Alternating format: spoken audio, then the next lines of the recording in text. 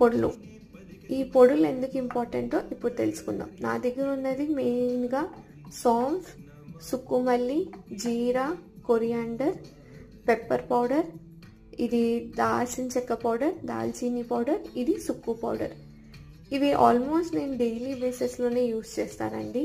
Winter season కాబట్టి సుక్కుమల్లి ఇంకా Sukku everyday at least once అన్నా తాగుతాను. Either this are this. Jeera digestion కోసం లంచ్ తర్వాత డిన్నర్ తర్వాత తాగుతాను. Coriander also some times once in a week అలా తాగుతాను. Saunf when ever I have indigestion, ఇది ఇండైజెషన్ ఉండేటప్పుడు మాత్రం ఇది నేను యూస్ చేస్తానండి.